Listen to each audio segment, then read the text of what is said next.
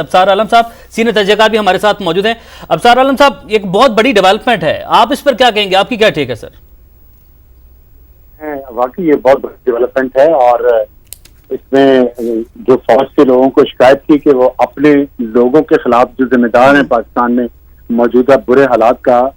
ان کے خلاف ایکشن نہیں لیتی، تو میں سمجھتا ہوں بہت ہی اچھا کام ہوا ہے قانون کی عملداری کے لیے۔ اس سے خوشی کی کوئی بات نہیں ہے، افسوس ہے کہ ایسے لوگ بھی اتنے بڑے بڑے عہدوں پہ پہنچ جاتے ہیں جو وہاں جا کے کرپشن کرتے ہیں، ظلم کرتے ہیں۔ اور یہ سٹوری جو ہے یہ پوری میں نے لکھی بھی تھی فروری 2023 میں، اور اس میں یہ سارا جس ظالمانہ طریقے سے یہ پراپرٹی پہ قبضہ کر کے اور اس کے مالکان کو اور ان کے رشتہ داروں کو تشدد کا نشانہ بنایا گیا اپنے نام لگوانے کے لیے، وہ ایک بہت ہی ہولناک داستان ہے۔ اور اس میں نہ صرف جنرل فیض خود تھا بلکہ اس نے اسلام آباد رینجرز کے لوگوں کے ذریعے وردی میں سب لوگوں کو لے جا کے وہاں پہ یہ کام کیا تھا۔ تو میں سمجھتا ہوں فوج نے اپنے اوپر ہونے والی تنقید کا بہت مثبت طریقے سے جواب دیا ہے، ایک بہت اچھی مثال قائم کی ہے، اور یہی ہم کہتے بھی رہے ہیں اور سمجھتے بھی ہیں کہ جب تک سب سے طاقتور لوگوں کے خلاف اس ملک کا قانون حرکت میں نہیں آئے گا، تب تک دوسرے طبقوں پر ہاتھ ڈالنا یا ان کو قانون کے کٹہرے تک لانے کے لیے جس اخلاقی جواز کی ضرورت ہوتی ہے وہ نہیں رہے گا۔ اور آج یہ میں سمجھتا ہوں کہ بہت اچھا اور بہت جرأت مندانہ قدم ہے اس سنس میں کہ پاکستان میں یہ روایت رہی ہے کہ کسی سابق فوجی جرنیل کے خلاف بھی اس طرح اقدامات نہیں ہو گئے جس طرح یہ ان کو نہ صرف گرفتار کیا گیا ہے بلکہ ان کا پوسٹ مارٹم شروع ہوا ہے اور کرپشن کے الزام پہ ہوا ہے۔ میں سمجھتا ہوں کہ اسی طرح فیض آباد دھرنا کیس میں بھی سپریم کورٹ کا آدھا فیصلہ فیض آباد دھرنا کیس پہ تھا، آدھا یہ ٹاپ سٹی کے معاملے پہ تھا۔ تو فیض آباد دھرنا کیس کا معاملہ بھی اسی طرح منطقی انجام کو پہنچے گا، اور اس طرح کے چند لوگ جو اپنی طاقت اور اپنے خاندان کی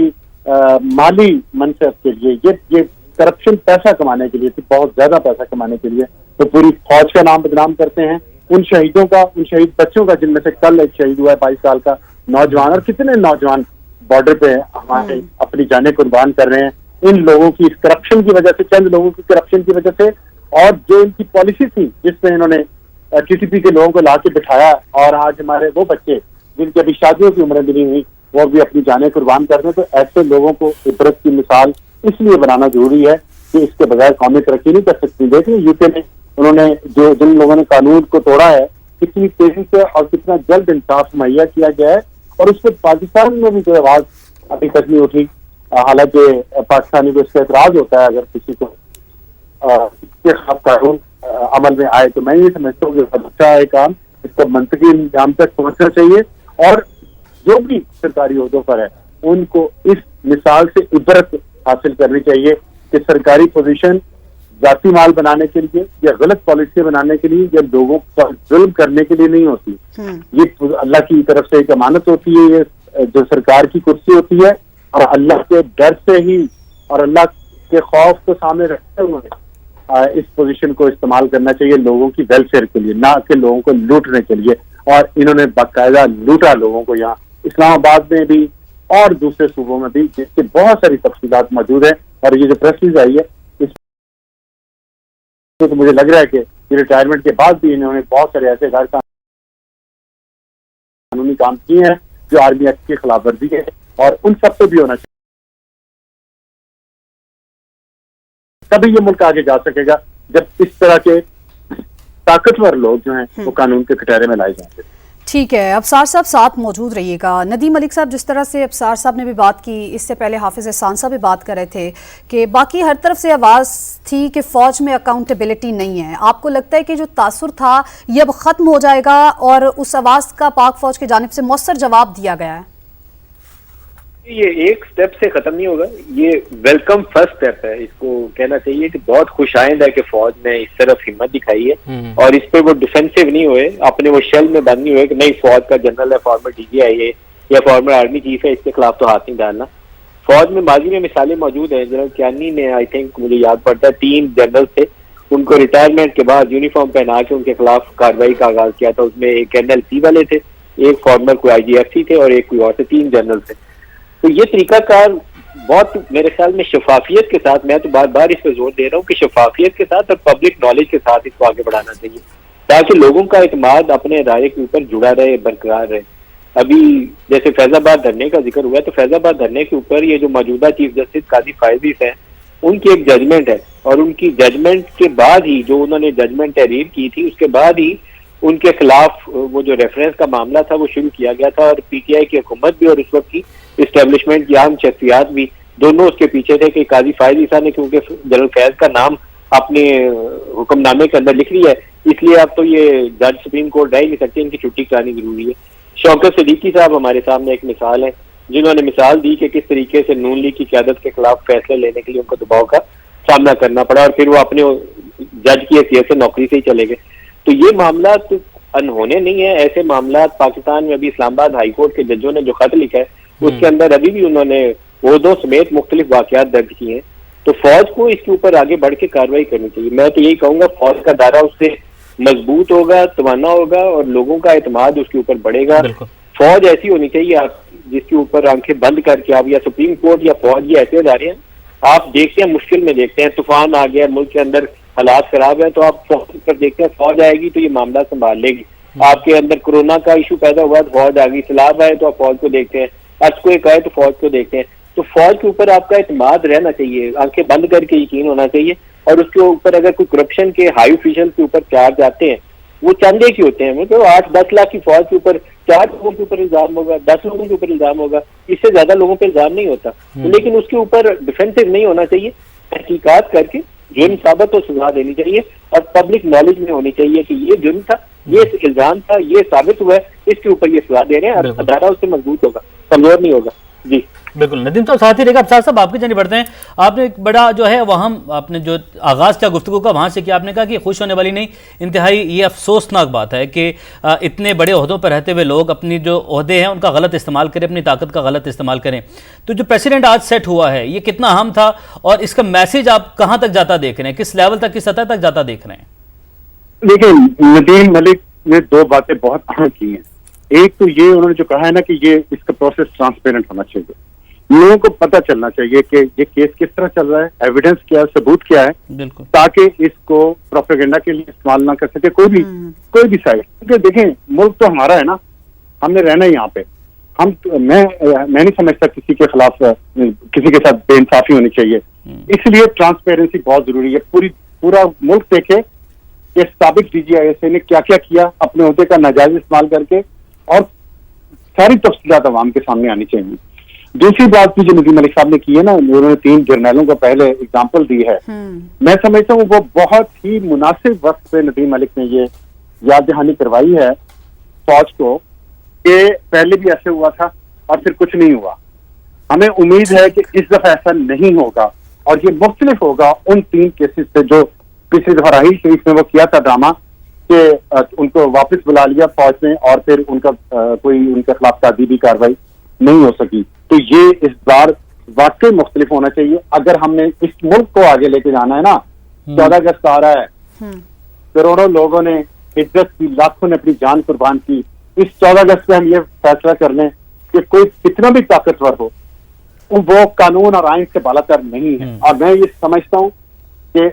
ندیم ملک نے اعتماد کی بات کی فوج سے، فوج کا اوپر نہ صرف لوگوں کا اعتماد بڑھے گا، فوج کی عزت میں بھی اضافہ ہوگا اگر وہ اس طرح کے کرپٹ لوگوں کو خود عبرت کی مثال بنائیں. کیونکہ سچی بات یہ ہے پاکستان میں کوئی بھی ادارہ کسی سابق یا موجودہ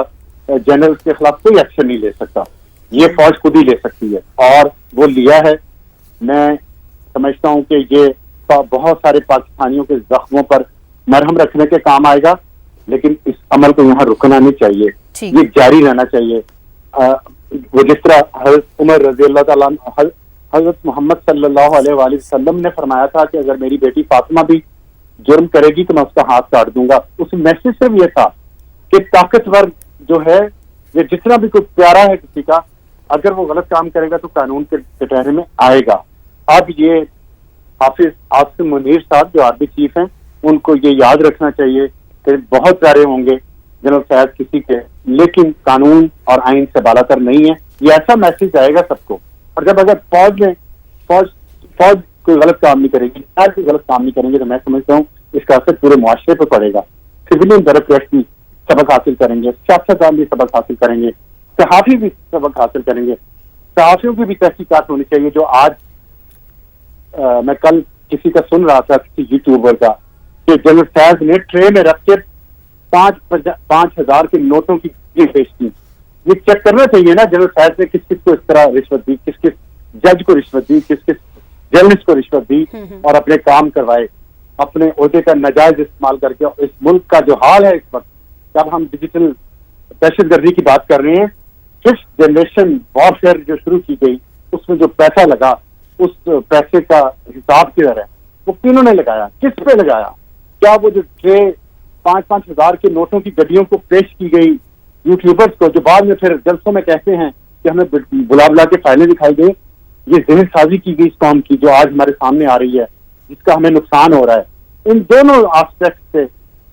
فوج کو ضرور کام کرنا چاہیے اور امیج اپنا بہتر کرنا چاہیے. اور میں آپ کو بتاؤں، سچ سے بڑا امیج بہتری کے لیے اور کوئی کام نہیں ہے.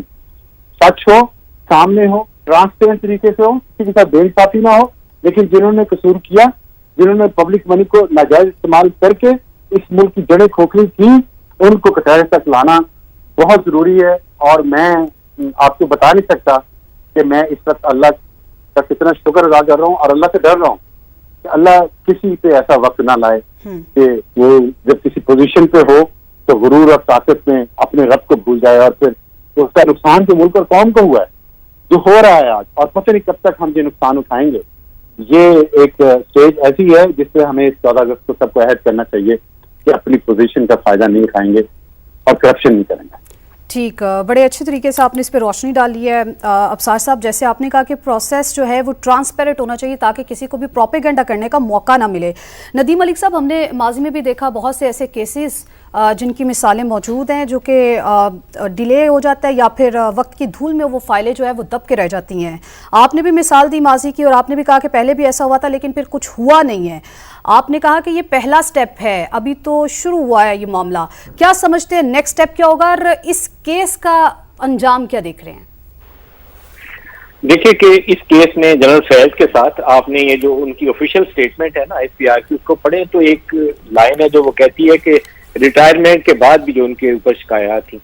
وہ بہت ساری جو ان کے اوپر شکایات ہیں انہوں نے واضح نہیں کی ہیں، لیکن جو ہم گوسپ سنتے تھے کہ تحریک انصاف کے بعد معاملات کے اندر ان کا انوالومنٹ رہا ہے، اس کے علاوہ بھی کچھ ہو تو مجھے معلوم نہیں ہے. لیکن یہ وہ چیزیں تھیں جو ہم سیاستدانوں سے سنتے تھے. ابھی بھی حکومت کے لوگ اگر آپ پوچھیں تو کئی مووز جو تھیں PTI کی اس کو ریلیٹ کرتے ہیں جنرل فیض یا کچھ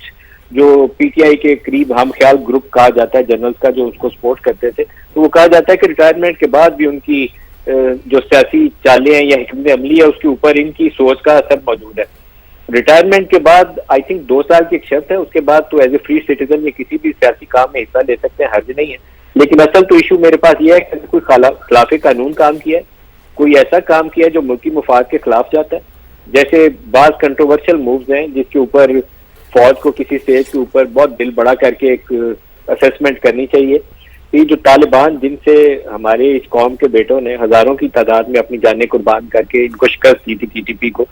ان کو واپس پاکستان میں آبادکاری کس نے کروائی اور جیلوں سے بند کس نے کیا، اور وہ جو ہائی پروفائل ٹیررسٹ تھے ان کو پریزیڈنشل پارڈن کس نے کیوں دلوایا، یہ کچھ چیزیں جس کا جواب آنا چاہیے. اسی طریقے سے جو ایرانین بارڈر سے تیل کی سمگلنگ ہے وہ میرے خیال میں سالانہ $1.5 ارب سے زیادہ ہے جو سالانہ تیل سمگل ہوتا ہے، اور وہ معاملہ شفاف نہیں ہے، اس کے اوپر سوالات ہیں. ابھی ریسنٹلی DG ICR نے تو اپنی پریس کانفرنس کے اندر اس کی جو تجویز پیش کی تھی، مجھے اس سے اتفاق نہیں ہے. انہوں نے کہا تھا بلوچستان میں اکنامک ایکٹیویٹی اور اس طرح کی چیزیں ہمارے اوپر الزام آئے گا. اس کے اوپر فوج کو آگے بڑھ کے بارڈر سیکیور کرنے چاہیے تاکہ سمگلنگ بالکل زیرو ہو جائے، زیرو ٹالرنس رہنی چاہیے، کوئی نرمی نہیں ہونی چاہیے. اور اس طرح کے بے شمار واقعات ہیں جس میں نے IGFC کی مثال اس لیے دی تھی کہ FC کے حوالے سے اور سدرن کمانڈ کے حوالے سے بعض اوقات ایسی شکایات آتی ہیں جس پہ فوج کو آگے بڑھ کے کارروائی کرنی چاہیے، ہیزیٹیٹ نہیں کرنا چاہیے. ہر سٹیپ کے اوپر میرے جیسے لوگ ٹی وی پہ چینل پہ بیٹھ کے ابصار جیسے لوگ ہم شاباش دیں گے فوج کو کہ یہ بہت اچھا کیا انہوں نے. ادارے کو اگر کوئی بندہ بھی ایسا ہے جو کسی کرپٹ پریکٹس میں انوالو ہے، آئین توڑنے میں، آئین شکنی میں ملوث ہے، آرمی ایکٹ کی خلاف ورزی میں ملوث ہے، یا ملک کے مفاد کسی کام میں ملوث ہے، تو اس کے خلاف فوج نے کارروائی کی ہے تو بہت اچھا کیا ہے.